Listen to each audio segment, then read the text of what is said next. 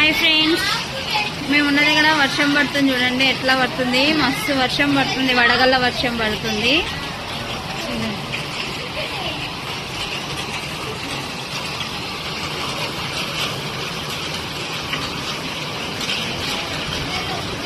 అయితే